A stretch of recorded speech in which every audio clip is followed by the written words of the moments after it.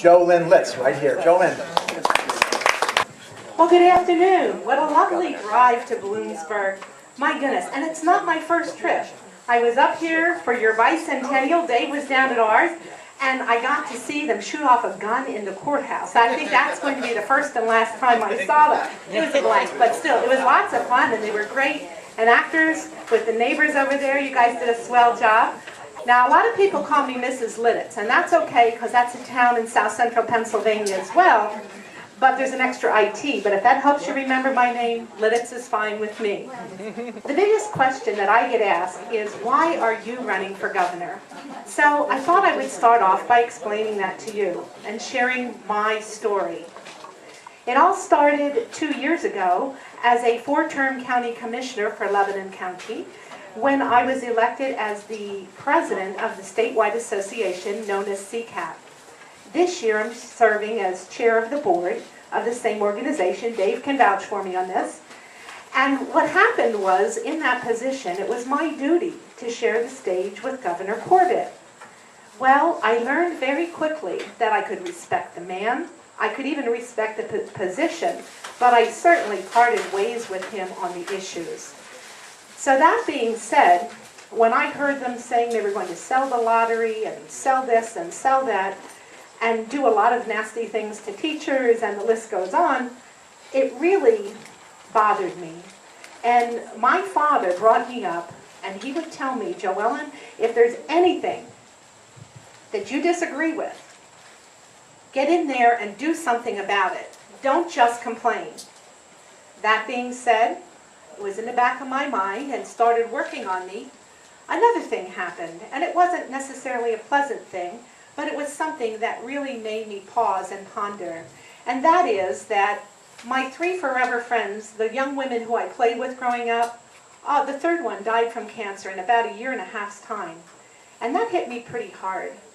But it made me realize that tomorrow is maybe too late. And if there's something, I shouldn't wait. I shouldn't hold back. I should get in there and I should fight for what I believe in to make a better tomorrow for my children and my grandchildren. So if you combine those 3 things together, that is my reason for running for your next governor. My campaign slogan has always been and will continue to be people above politics. When someone has a problem, I don't say, I don't have time. I try and pause and say, how can I help you? I'm not always successful in maybe solving a problem myself, but I usually am able to put people in contact with the right people to help them cut through some red tape so they can get answers to their questions. The top issues that I concentrate on are economic in nature, at least from my point of view. And the first one happens to be the fact that we do not have a transportation bill. It bothers me terribly that here we have something that traditionally throughout history helps to get people out of the recession. You have good paying jobs. The roads and bridges get people to work, they get children to school, and they get our goods to market. So I'm thinking, what's not to like about a transportation bill? We need to get this done. As I've been driving around the state, I've been to 48 different counties so far, out of the 67, and I'm doing it, you've heard maybe of management by walking around. Well, this is management by driving around. So I've seen where the water came down off the mountain and washed out the outer road, and it goes to a 1-lane road. And you had to cross, there was a little bit of a piped railing, if you will, separating the 1-lane traffic to the cliff down below. I've driven the interstates where the potholes are as big as my car. They drop down about 2 inches, and I'm going, whoop. We thought we would knock the air out of our tire and get a flat tire, so it was, I guess, maybe traffic control. But those kinds of things. We have bridges in Lebanon County that are still washed out from Tropical Storm Lee. So we really need a transportation bill. I think they added another 1,000 bridges to the efficient bridge list. So I think that puts it up about 2,500 bridges out of about 25,000. So you can see that's about 10% of our bridges are failing. The other issue that really troubles me is the fact that we don't have a Marcellus shale tax. As a county commissioner, I know Dave and I and my colleague back here, some of the issues that we deal with as county commissioners would include running the county jail, 100% from our real estate tax. So that means if someone comes here and does business, and they're not helping to pay their fair share, what happens? That means you and I are picking up the tab. So it just takes one brawl for somebody to go through our court system, and there's a bit of a matching fee. And then it gets to our prison, and it's 100% of our taxpayer dollars paying to incarcerate, to clothe, feed, and house that person. And then there are things like the 911 dispatch. And the landlines are not covering the bills anymore, and it's a lot of people going to cell phones, and that's fine. I have a cell phone. But that means the dollars are dwindling, and perhaps they're not paying because their phones are not registered here. And we have to dispatch for an emergency, fire, police, ambulance, or maybe there's a hazardous material spill. We're responsible for those cleanups. Now, some counties contract that out, but in Lebanon County, we happen to have our own hazmat team. The list goes on, and the reason I share this with you is because perhaps here you have several wells in your county, maybe hundreds of wells. I don't know the number. Do you know? 3. Okay, 3. In Lebanon County, we're getting a plant called Tenaska, and they're going to manufacture electricity from gas. Pipelines are going to get run everywhere. There's other reasons they're running them as well. But the bottom line is those pipelines also carry a risk from natural gas. I have, and John actually was the secretary, I believe, when I got my solar panels. So I have solar panels on my roof. I have a gas furnace in the basement. And in the garage, my husband has this little coal-fired stove that he heats his garage with. So I say this because I really feel that a balanced energy portfolio is in order.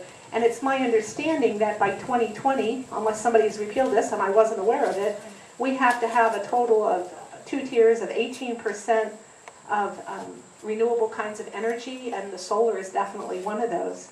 So I think we need to make sure that we include all forms of energy in our energy policy. But I also believe that there are some better companies at handling things than others. And so if we have companies with natural gas that are not doing it right, and they're having infraction after infraction, let's take away their license to do business in Pennsylvania and escort them out of town.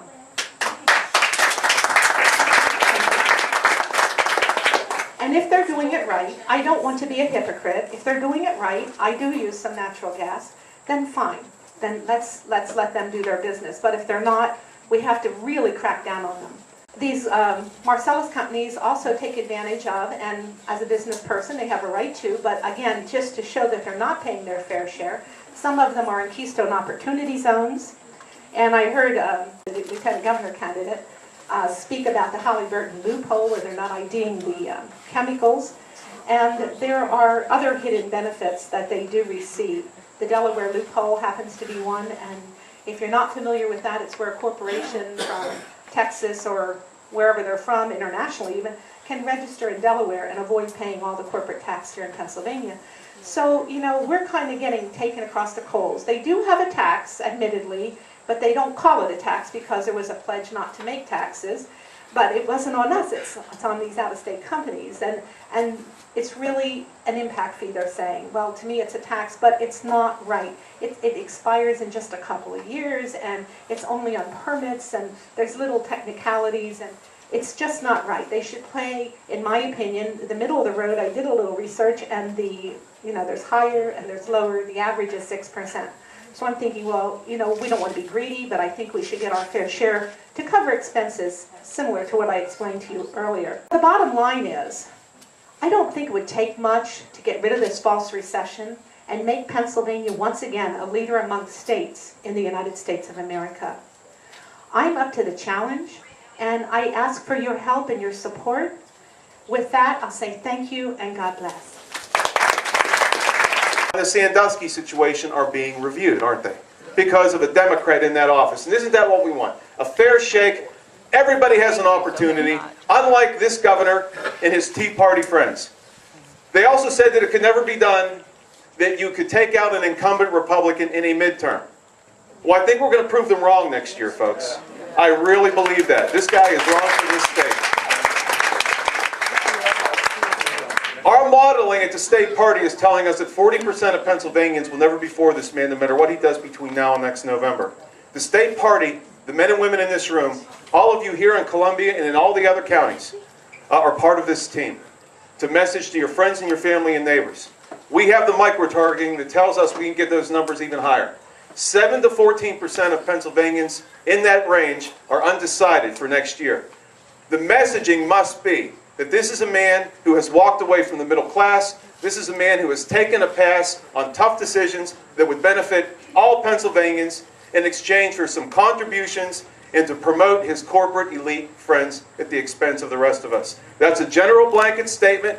The chairman has the particulars. We have the particulars. You firsthand have the particulars from what you've seen and what your friends and your family and your neighbors and the community that is Columbia and this Commonwealth have seen as well. I truly believe that by the time we have a nominee, we can get that 40% even higher. And I know that we will do that.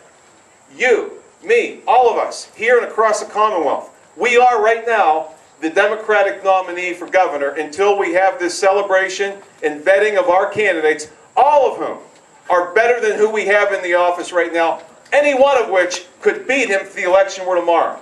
We need to do this right. Let's celebrate our diversity. Thank you. Let's celebrate our diversity. Let's have a productive, positive conversation on the issues. And when we have that selection process, us, the nominee currently, will hand it to the nominee. We will work together next year. They said we couldn't do it last year. We're going to do it again next year. We're going to make him a one-term Republican governor. He's failed us. He needs to go. We're going to put a Democrat into that governor's mansion. Thank you. One-term Tom is the word.